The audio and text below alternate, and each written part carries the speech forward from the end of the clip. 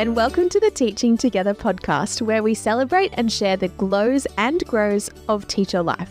I'm Sierra. And I'm Grace.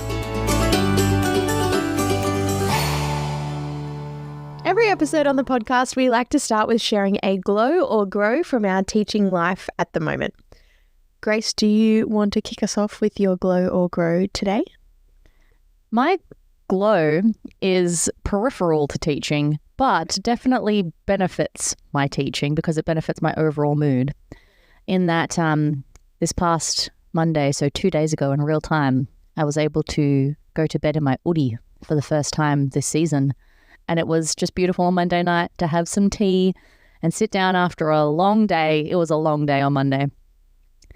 And it was just so beautiful and comforting, and definitely makes me less reluctant to get out of bed in the morning because I'm well rested. So that's my glow. I also have been loving wearing my hoodie.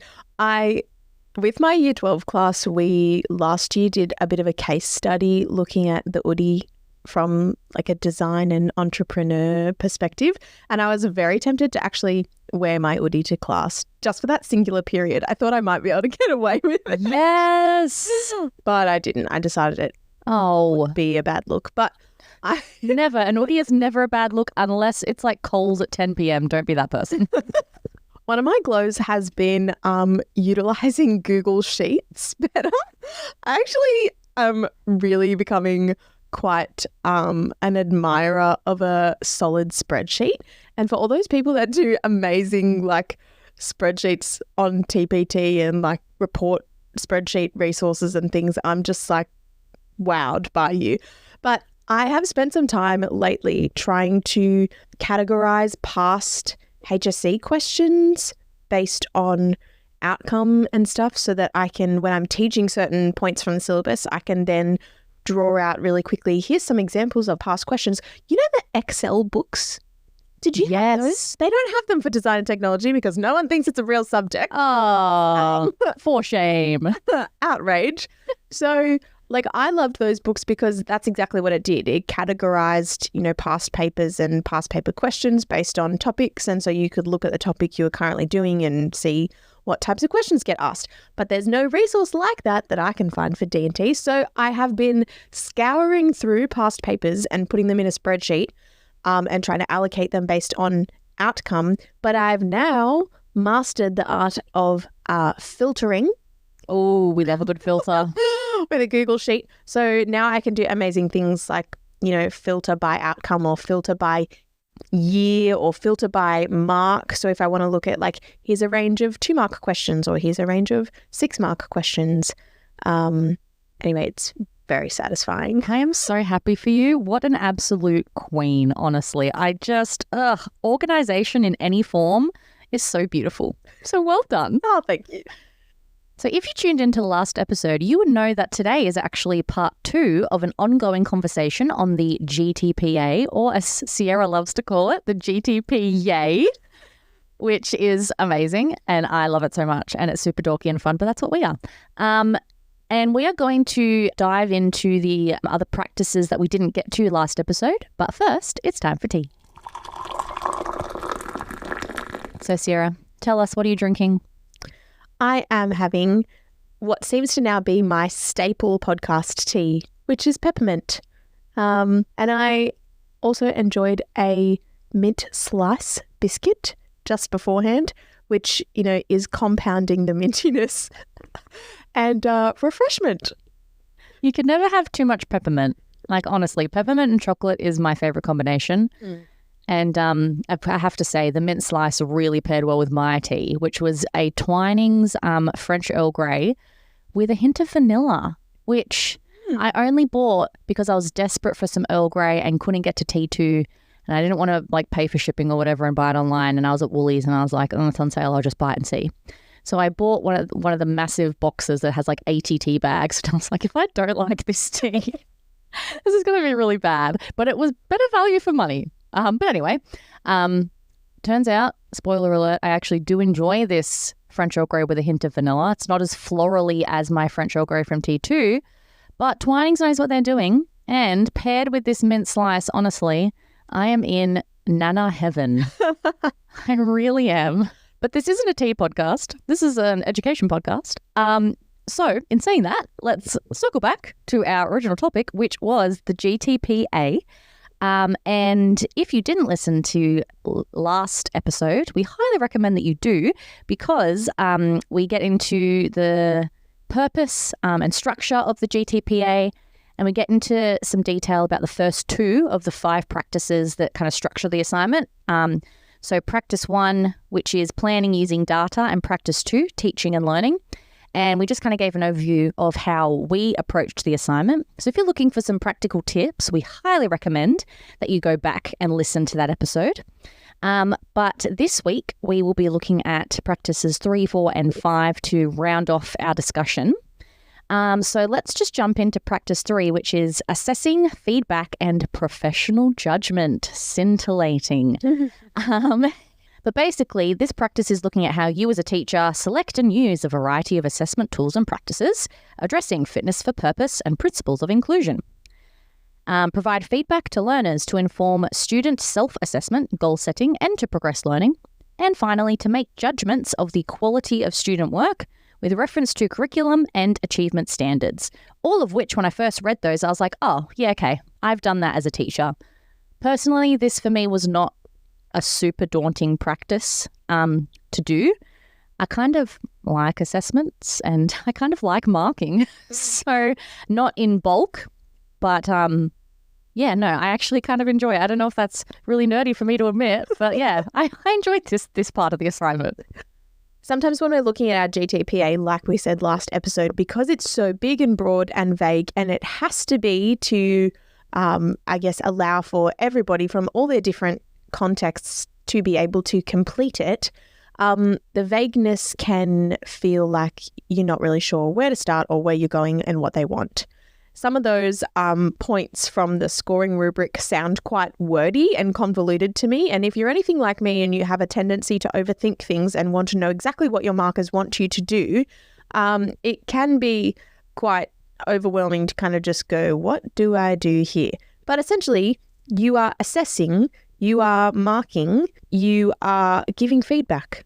That is this practice. And I don't think that process is particularly surprising or unfamiliar to anyone at this stage of their initial teacher education. Yes, exactly. Assessment here doesn't just mean your like formal summative assessment. It means your there are lots of different terms people use for this. You've got assessment for, as, and of learning, you might have heard, or I used in my assessment, in my GTPA, I used the language diagnostic, formative, and summative assessment. But basically, the markers just want to know that you are monitoring your student progress based on concrete examples of what your students are doing in class. And sometimes those, particularly the sort of on-the-go formative type assessments, are things that we do that we don't always think of as assessment. So some of the things that I've mentioned in my practice 3 is various visible thinking frameworks. We've talked about Project Zero and we've talked about different thinking routines. And so I have reference to how I run think, pair, shares. And then when I hear the things that the students are saying, that's part of my ongoing assessment, monitoring their engagement, monitoring their understanding, low-level questioning in class, things that are literally just what you do as part of running a lesson. So much of it is assessment. So much of it is on-the-go monitoring. Whenever you run a discussion, whenever you are just observing what a student has written in their workbook, all those kinds of things can be classified as assessment. And it's not irrelevant to this section of your documentation. I didn't reference a lot of verbal feedback in my GTPA, but in what Sierra has said, you definitely can and should if that's something that you're doing regularly. And you might not have annotated evidence regarding that because you can't screenshot it or take a photo of it or whatever. But still say, I was able to provide verbal feedback in this scenario and this is kind of what we said or whatever. You don't need to provide a direct transcript because no one's there recording you as you do it, but still mention it because it is really important. And it shows that you are engaged with the students in your focus class and that you're able to provide feedback as it's needed. Yep. Literally, as you said that, I was reading a sentence of my GTPA in front of me, which is talking about giving regular and timely verbal feedback.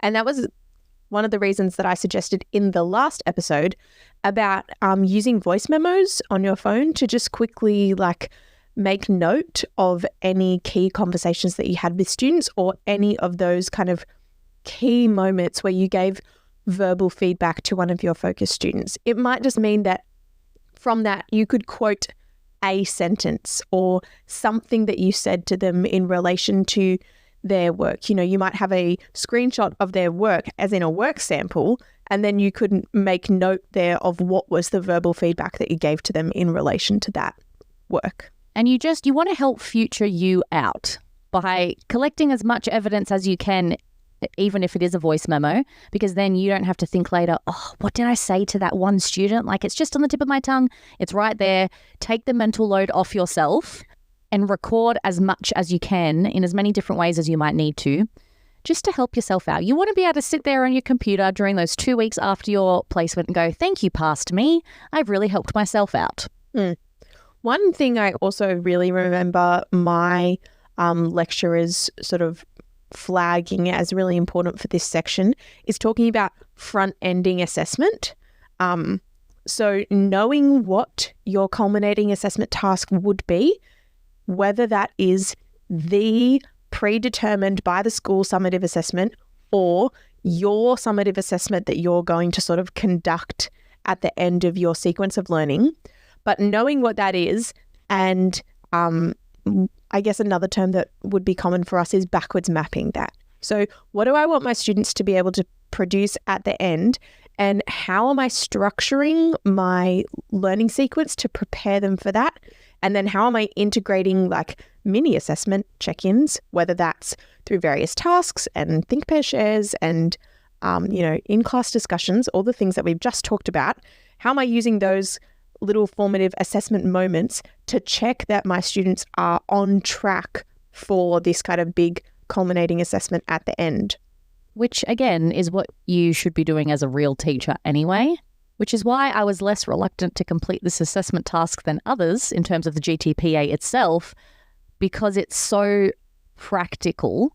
And in my first term and a half of teaching, I've already gone, oh, actually, yeah, I'm doing a lot of this stuff now, and I feel more confident in doing so because I've already been marked on it. Which is literally what the research shows, coming out of ACU and everything that they've done looking at this particular style of performance assessment and the impact that it's having on teachers going into the workforce.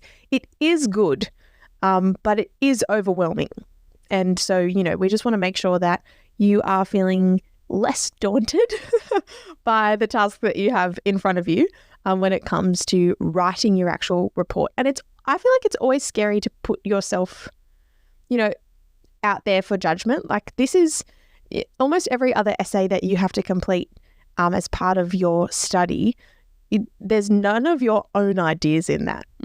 Everything is, this person says this and this person says this. And here you're literally putting your own ideas and processes on display to be judged by a panel of highly experienced educators. And that is a little bit terrifying. It's very terrifying, a lot terrifying. But I just wanted to address also, so we've addressed what you should be doing on your actual placement, but also when you're talking about it in your GTPA, I would say things like, my approach to feedback was shaped by this pedagogy, and then I would include a reference.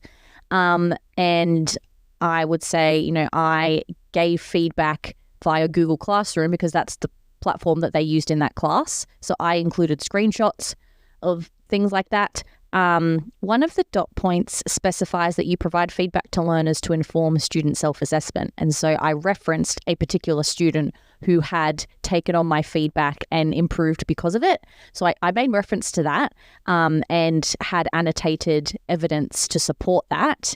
But those are kind of some of the specific things that I mentioned. One of the references that I've noted quite a few times in this section of my report is a book called Practical Classroom Assessment. It just had lots of examples of really practical classroom assessment, funnily enough. But different principles of assessment, practices of assessment, perspectives, all those sorts of things. I've referenced that quite a few times in this section. So if you're looking for a good source that sort of covers a broad range of assessments that you might want to use to back up what you've done on your placement, that could be a good spot to start. The other source that I've referenced in this section is the Victorian state government. If you're a teacher in Victoria, you are blessed to have a Department of Education that just has such a fantastic repository of resources. Honestly, New South Wales could learn a lesson or two from the Victorian government. Their education resources and just the research that they've done and the different articles and sort of, little PDF mini booklets and things that they've put out. There's just a lot that they have that's really excellent, that's been well researched, that you can reference really easily. They have a particularly great resource looking into high impact teaching strategies. If you just Google HITS, the very first thing that comes up on Google is this Victorian government website. And it's just a very well researched, published document that takes you through 10 high impact teaching strategies. And most of these are actually just very normal teacher practices, like structuring your lessons and having worked examples and giving feedback and asking questions. So they're not wild and they're not particularly unusual, but it goes through and it shows you heaps of evidence for why they're valuable. And I guess the best part about it is to see that something so simple and easy to integrate into your teaching practice has such a significant impact.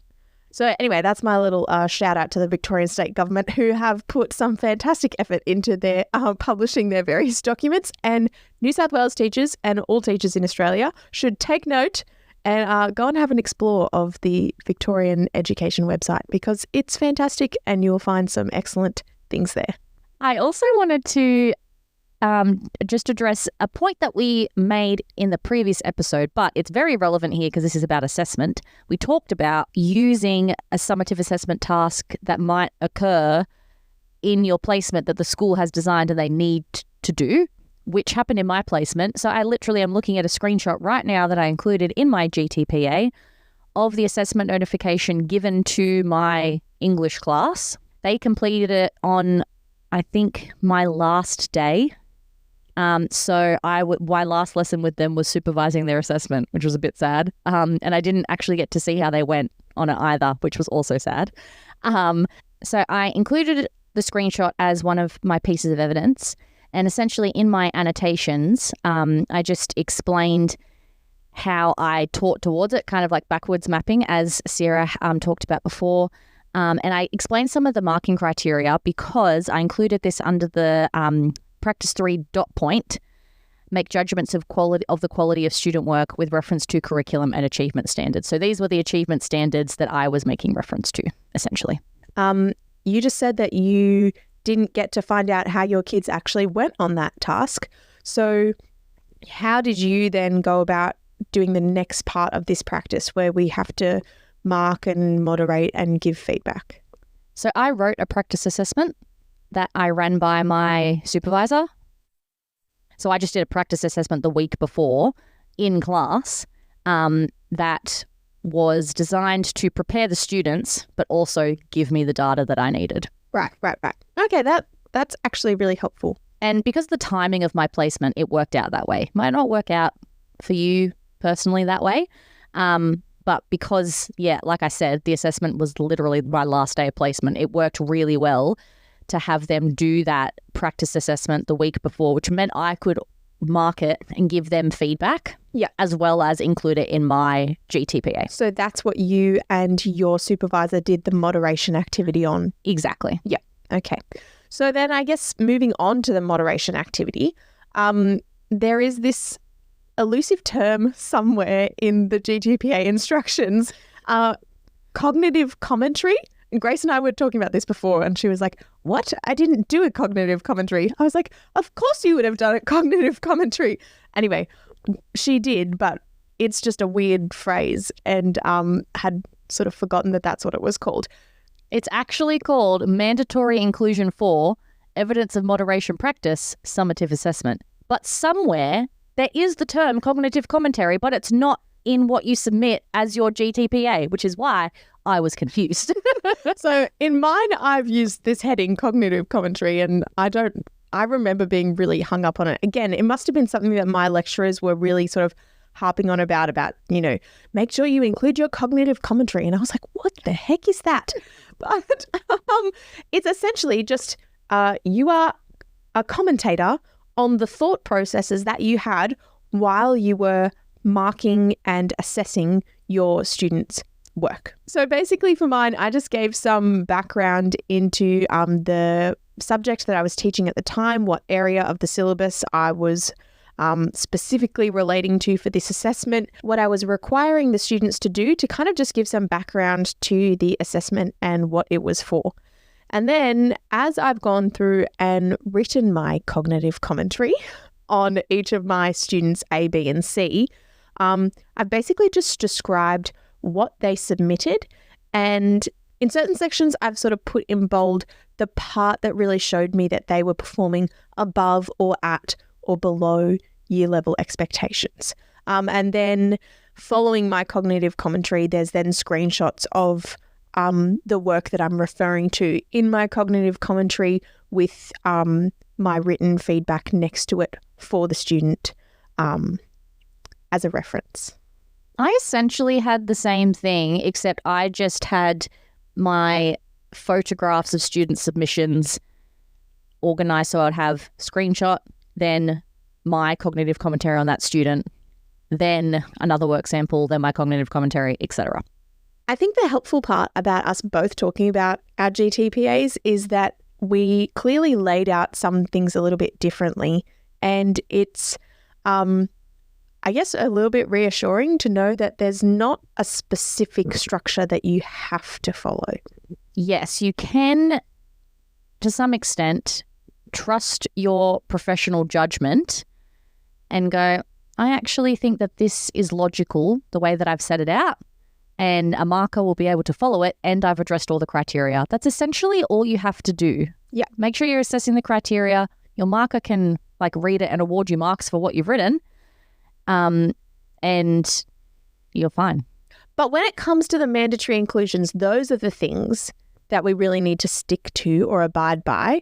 And they're a lot more structured and scaffolded than the rest of the report, which is kind of a nice reprieve from the just open-endedness. So mandatory inclusion 4 is where you mark the student work, and then you actually have your supervisor or someone else mark it, and going through this moderation process.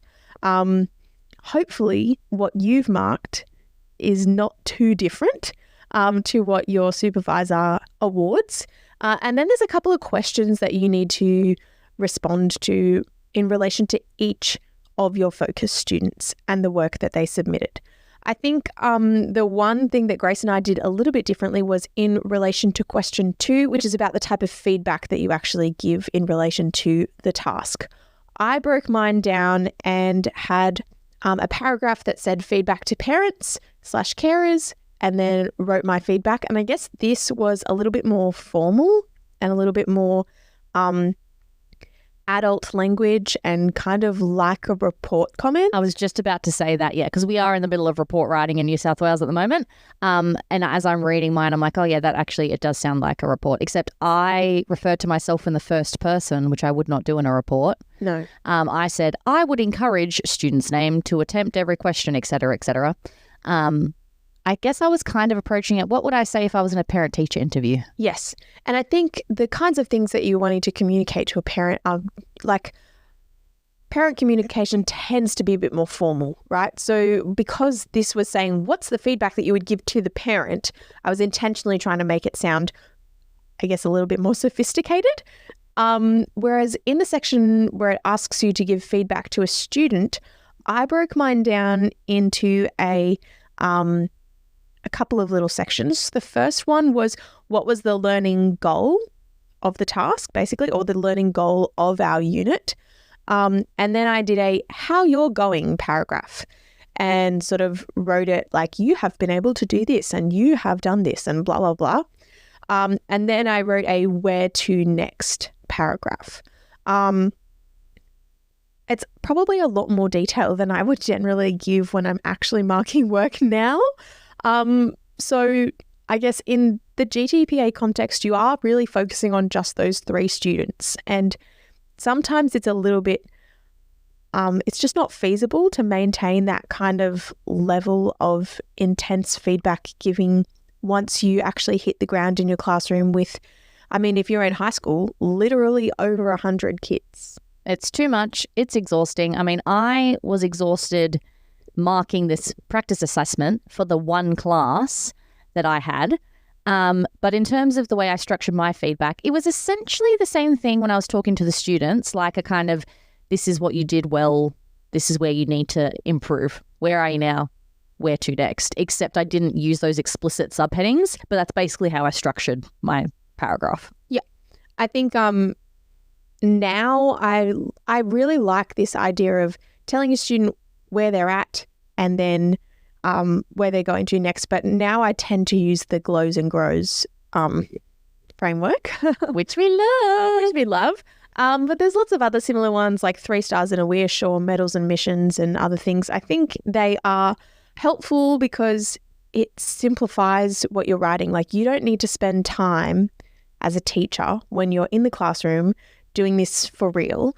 You don't have to spend time writing a like super suave sounding comment that the students are just kind of like not really going to benefit from. I think they actually benefit more from when you're like, you know, glow this, glow that, grow this.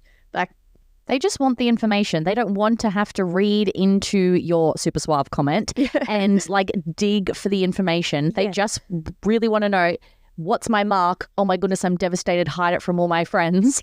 And then maybe later look at, oh, those are the 2 things I did well. And they're just there. They're accessible. Literally because of what you just said is why I don't give my students them. Yes. First. As I was saying that, I thought about the conversations we've had about this and I was mentally cheering for you. Yeah. And I think even the last assessment I gave back, maybe this is a little bit dodgy. Oh no. The last assessment that I gave back, I did have a couple of notes, like feedback notes on the rubric generally. But also, when you read a rubric, if the rubric has been marked, the rubric is giving you feedback. That is telling you where you are at, right? If I'm saying you're working in this box, that's the where you're at now thing. Anyway, I gave my kids their rubrics back. This was year 9, so they're, you know, capable of doing a little bit of internal reflection. I actually went around and stamped all of their rubrics with my glows and grows stamp, but then they had to write their own glows and grows. I love it. So it was a little bit of reflection, but also some, you know, feedback that I didn't have to write. I like that. It's metacognition is an important skill. Totally. And totally. They need to be like, and we've talked about how active you are in making sure that your students are reflecting on their work when they get their results back. I like that. I don't think it's dodgy. That's great. Unless they make terrible spelling errors and their handwriting is illegible. Well, yeah. All right. So this brings us to practice 4 and 5, which by the time you get to this point, you are definitely on the downhill slope. Not just because 3 is more than half of 5, but because I genuinely think practice 4 and 5 are far easier to write. By the time I got to this point, my placement was well and truly over and I was powering through my report. These sections I found to have, I guess, a little bit less evidence in them. I don't know if you found that, Grace. Yes, I was just about to say, in terms of easier to write, I found that you move away from the narrative of, I did this in the classroom and I did that in the classroom, to more of a theoretical kind of analysis of your teaching. Exactly. You are allowed to now think, this is what I thought about my teaching, rather than this is what I did in the classroom, which is, like you were kind of saying before, Sierra, the GTPA is a massive departure from traditional university assignments. Mm-hmm. But these practices 4 and 5 kind of a little bit lean back towards there, because you kind of need to lean on some theory to say, I used this theoretical lens or pedagogy or whatever to evaluate the effectiveness of my teaching. I personally found that to be the case in how I approached my GTPA, which was much more familiar territory. Yeah. I think what I found really helpful, particularly about practice 4, and it carried into practice 5 a little bit, is practice 4 is literally about reflecting on your teaching, the teaching that you planned and the teaching that you actually did. What I did was, like I said last episode, it was lockdown when I was doing my GTPA. I have a vivid memory of sitting outside in the sun on the lounge and just like using Microsoft Dictate to just verbally dump my reflections of what I did into my document. And it was actually so quick, and I got through practice 4 so fast, and I just literally reflected on what I did and why I did it. And then I went through and linked things back to certain references and, found some, not evidence, but research to support what I'd done. I have no evidence in practice 4 that I've annotated. So I don't know. I only have 2 pieces of evidence. Mm-hmm. I lie. I've got 3. I've got examples of student interaction with content on Google Classroom for some reason. This is where I put just a screenshot of just a section of my program that I annotated. Mm-hmm. And then I've got some more student work samples, but nowhere near the amount that I had in any of my previous practices. And I have a 2-page spread where it's just me answering the dot points from the scoring rubric. Yeah. That's it. Yes. So I've got my headings that I've got for this section are data choices, planned, enacted, and monitored, and then future teaching.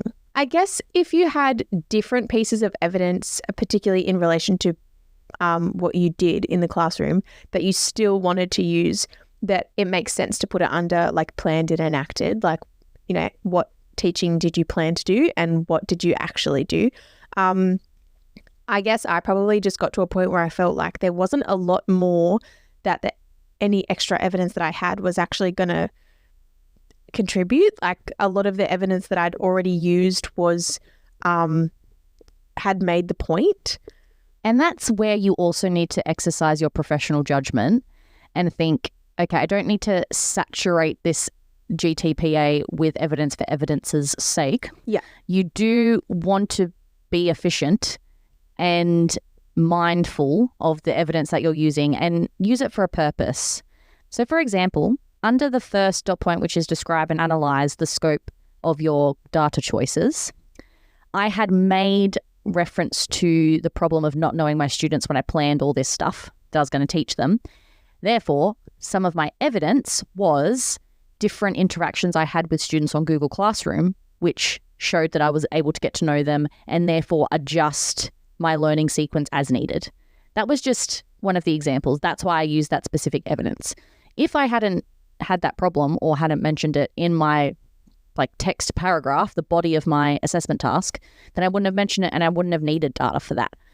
And you could put an annotated learning sequence or program that you've reviewed. You can put that anywhere, but I just found that it was most helpful in this specific part of the GTPA, and I hadn't actually made reference to it before.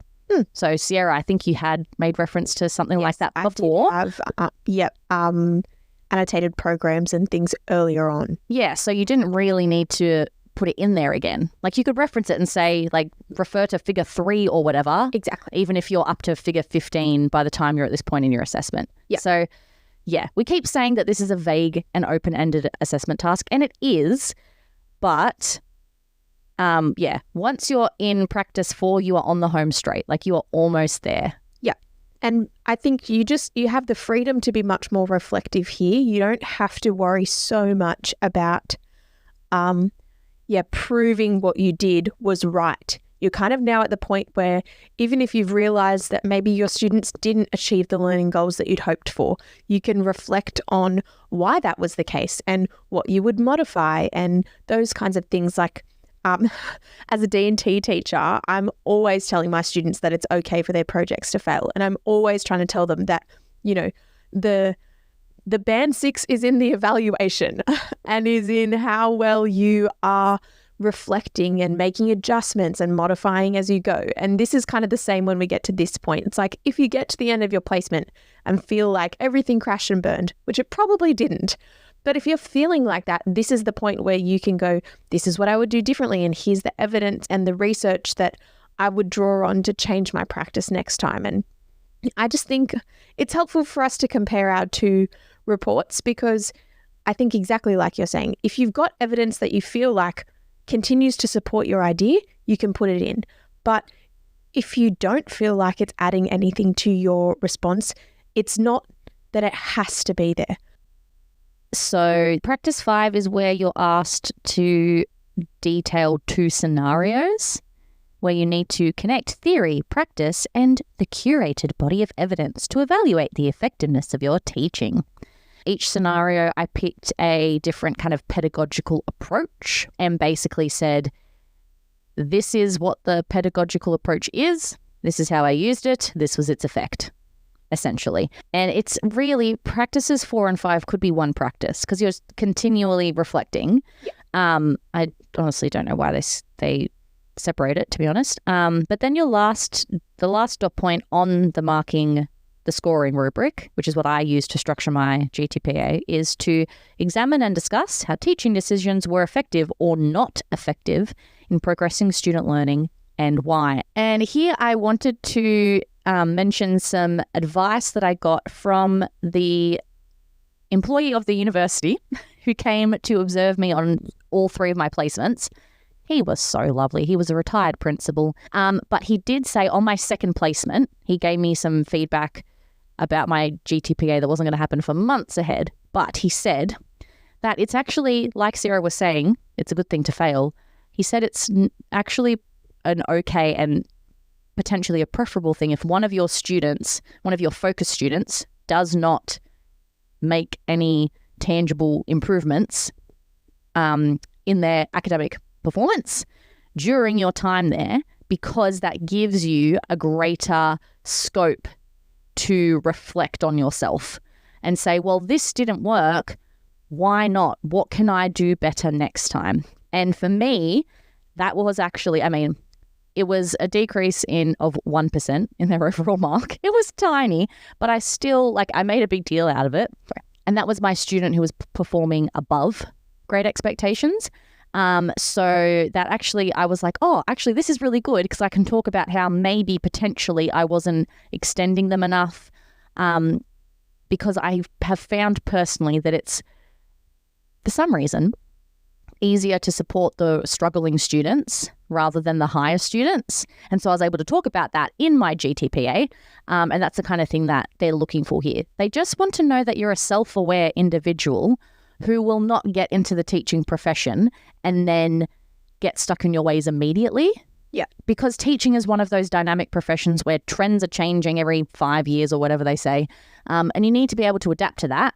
And because we're working with real human beings, it's one of those professions where you need to constantly be appraising your performance and see, am I being an effective teacher?